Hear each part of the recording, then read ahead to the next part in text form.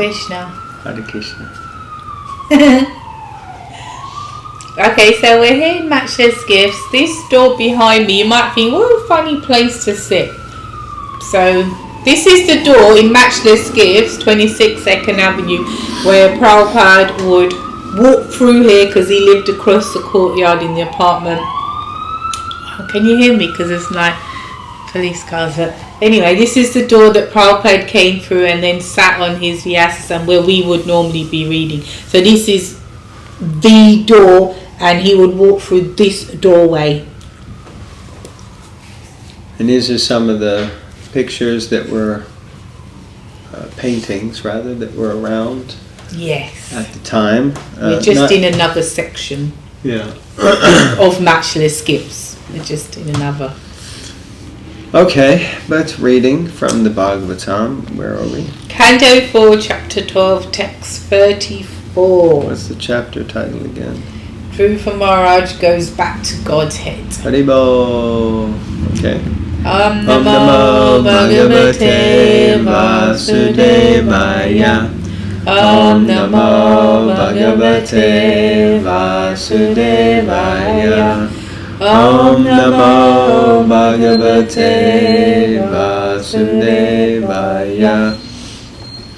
Text 34. While Dhruva Maharaj was passing through space, he gradually saw all the planets of the solar system, and on his path he saw all the demigods in their airplanes showering flowers upon him like rain. Means a lot of flowers. Purport. There is a Vedic version. Yasmin Vijnate Sarvam Evam Vignatam Bhavati, which means that by knowing the Supreme Personality of Godhead, everything becomes known to the devotee. Similarly, by going to the planet of the Supreme Personality of Godhead, one can know all the other planetary systems on the path to Vaikuntha. We should remember that Dhruva Maharaj's body was different from our bodies. While boarding the Vaikuntha airplane, his body changed to a completely spiritual golden hue. No one can surpass the higher planets and material body. But when one gets a spiritual body, he can travel not only to the higher planetary system of this material world, but even to the still higher planetary system known as Vaikuntha Loka. It is well known that Narada Muni travels everywhere, both in the spiritual and material worlds. Interesting. While Dhruva Maharaj is passing through space in his airplane that I think they said was shaped like a house. Size of a house. Oh. Didn't say necessarily shaped like one, but it's the size of one. It says he saw all the other planets. It's quite cool actually, isn't it? It's actually very cool if you're a nerd, or not even a nerd, but especially a nerd, to, so imagine, there's one thing, going in an airplane, so we flew from England to here, and you're looking out the window and you can see, land, you can see it. They tell you on the map online, so you can see the different countries. Obviously, to an extent, when you get too high, you can't. But as you're coming down, you can see mountains and stuff as well, from depending where you're traveling and that. It's interesting. And so then the fact that you're in this airplane and you're going up and you see the different planets, it's really interesting. It's quite a nice ride, it sounds like. And then on the path, the demigods are throwing flowers on him, so I'm assuming he saw them, seeing demigods, and then they're showering him with flowers. It's such a nice journey, because he's a pure devotee, so he's glorified and worshipped. Yeah. That's like a woe out of, as Krishna says, how out of, what's he saying in the Bhagavad Gita? He says, Manushanam Sahasra Shukascha Jeta. He said he added many millions of men. One will. One heart, only one endeavors for perfection, and out of those who have achieved perfection, hardly one knows me in truth. Right, so someone like that, what a wonderful jiva, soul, to achieve the highest perfection. You're gonna be in awe and respect. You're gonna give respect to them. It's also an interesting point in the purport that we do change bodies when we go back to the spiritual world, which is good, because I don't know about anyone listening, but I don't really want this body. It's a bit worn out. It's a bit out of shape. Quite nice to think you'll get a golden body. Golden hue. Oh, just a hue. But it's a spiritual body, isn't it? Yeah. Hopefully it's in better shape and whatnot. That's nice. Eternal, full of knowledge and full of bliss. Well, there you go. And it's the perfect body for us to serve Krishna, and it's the body we're delineated. Yeah. Oh yeah. Yeah. So interstellar space travel being discussed here. It's like sort of thing that many of the modern scientists talk about this kind of thing, but here you see, it's going on, been going on for millenniums, will continue to go on, and there are persons who are certainly much more advanced than our present day, scientists, but this is also, this is to be understood to be on the spiritual platform as well, because he's in a spiritual body, so it's not like a material airplane carrying a spiritual body. So, next purport. It should be noted also that while Suniti was going to Vaikuntha Loka, she also changed her body into a spiritual form. Like Sri Suniti, every mother should train her child to become a devotee like Dhruva Maharaj. Suniti instructed her son, even at the age of 5 years, to be unattached to worldly affairs and to go to the forest to search out the Supreme Lord. She never desired that her son remain at home comfortably without ever undertaking austerities and penances to achieve the favor of the Supreme Personality of Godhead. Interesting. Every mother, like Suniti, must take care of her son and train him to become a brahmachari from the age of 5 years and to undergo austerities and penances for spiritual realization. The benefit will be that if her son becomes a strong devotee like Dhruva, certainly not only will he be transferred back home, back to Godhead, but she will also be transferred with him to the spiritual world, even though she may be unable to undergo austerities and penances in executing devotional service. So yet again, Prabhupada is discussing the benefits that, and in this case especially the mom, but it's already been delineated that she was also a Shiksha Guru, but the benefits that a family member gets when another family member performs devotional service. I think this is really powerful, especially at the moment we're, having some experiences where, it seems that Krishna kind of more directly wants to engage some family members in service. But we see here that they are benefited indirectly just by you doing devotional service. Yeah. So I would say that's like a main takeaway. Mm-hmm. It's also alluded to again that that theoretically, because she's in a woman's body, she's not going to be able to do austerities. Now, whether that's because she's not allowed or whether it's because she's just basically not into austerity, that we haven't ascertained fully yet. Text of A5, Dhruva Maharaj thus surpassed the 7 planetary systems of the great sages who are known as Saptarishi.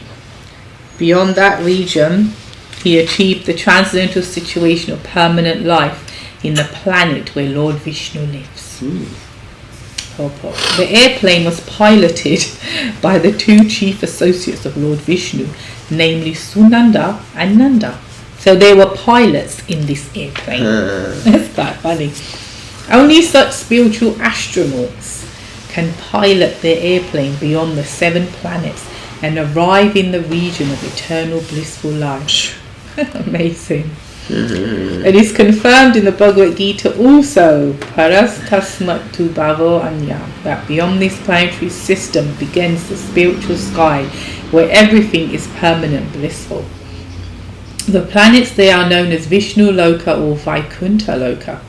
Only there can one get an eternal blissful life of knowledge. Below Vaikuntha Loka is the material universe, where Lord Brahma and others in Brahma Loka can live until the annihilation of this universe. But that life is not permanent. That is also confirmed in the Bhagavad Gita, Brahma Bhuvana Loka. Even if one goes to the topmost planet, one cannot achieve eternal life. Only by arriving in Vaikuntha Loka can one live an eternally blissful life. So while I was reading this, yes, we start the purport Prabhupada saying, because when I was reading the purport, because with the verses, Prabhupada is translating word for word. He's translating what's already in the book, basically. Are we in agreement? Yeah. In the translation. Yeah. Yeah. The purports are Prabhupada's words, in the sense they're his realizations, his knowledge, research. So but he's also using commentaries of other. No, I know. Hold on. Hold on. My point is that he's speaking like this, just normal, like I'm saying to you.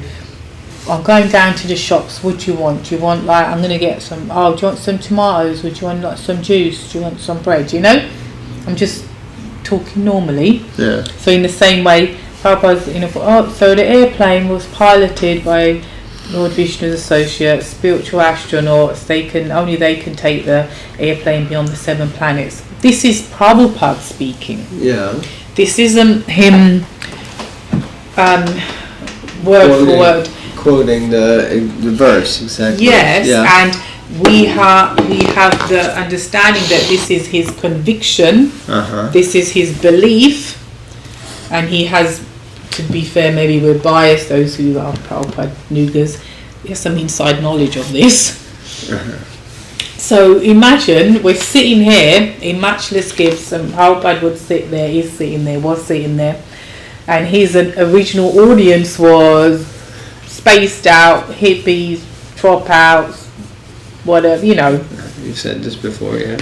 I'm saying, and this man, Prabhupada, has this wealth of knowledge and experience, but he had to condense it, refine it down. But if only they knew at that time, some did because they stuck it all the way to the end or whatever, that he comes with, like, I'm not explaining it. He comes with what? He comes with such depth, depth, like he knows, like, this type of thing. He's not just sitting there press, like he was like, press your nostril this way, breathe, do some pranayam, do this and that.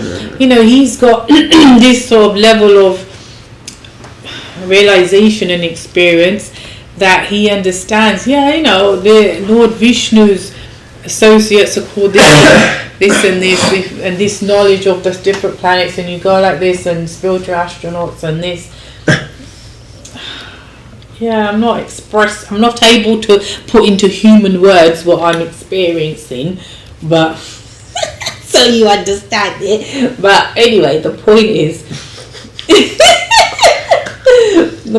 that he was so knowledgeable and so not just on mundane topics, but on like otherworldly topics, spiritual on such beneficial for helping us to. But because we may say, we know that, but my point is, this is his humble beginnings, and he had to, this is a common term, but dumb it down almost. He had to initially just dumb it down. And when you read you hear the original lectures, when people say, they're like, he's always like, you're not your body, and do this, and don't kill animals, and don't do this, but that's just the basics, to be on that level of, don't eat meat, you're not your body. So you can do so many simple tests and understand, God, I'm not my body, like just the other day, someone was talking about they went to Trader Joe's or something, and then they're like, oh, that's a shop here, by the way. And then they picked up some can of chickpeas and they were going to buy it, and then they were like, oh, it says water or brine or whatever, and chickpea, but then it said some word, calcium such and such, but it was like some long word, and they put it back and they said, I'm not going to get that because I don't know what that particular ingredient is. I don't want to, it's not going to be good for me, and it's not going to be good for my body. And I wish I was there, because it was like a vlog online. I went, hold on, what do you mean it's not good for you and it's not good for your body? So you're not your body, then who are you? Do you understand? Because it was just so interesting. It's like this vegan vlogger. But yeah, it's how we speak. We all know it. You know? It's so subtly there. The spirit soul is all covered to different extent. Well, you say that, but most people probably wouldn't use that kind of language to describe. They might just say it's not good for you. Yeah.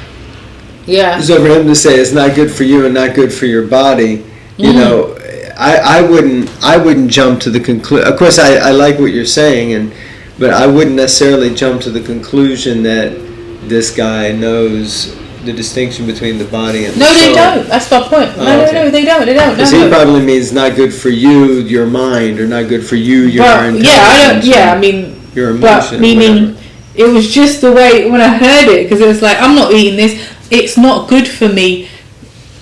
And it's not going to be good for my body. It just, I thought, wait, you know? That's a distinction, yeah, like, wait, let's unpack that. Don't worry about the chickpeas. It's like, that's what was interesting. Very interesting. Anyway, sorry, I went off on a tangent. Makes a difference, though, doesn't it? It does, yeah. We're glad that you went off on a tangent for a change. Okay, so we're going to call it a day. And I'd like to thank you all for continuing to tune in. And we hope you're relishing as much as we are reading Bhagavatam, but reading it here in this beautiful, wonderful place. It's not like a quote unquote pretty sight, but it is the humble beginnings of Srila Prabhupada. So well, one senior devotee said it's like the hub, the center of the spiritual world. Much less gifts. We just can't fathom it. We're very honoured we can come here as much as we are coming here. Very blessed, and we hope you're feeling blessed joining us. Yeah. Thank you all very much. Hare Krishna. Hare Krishna.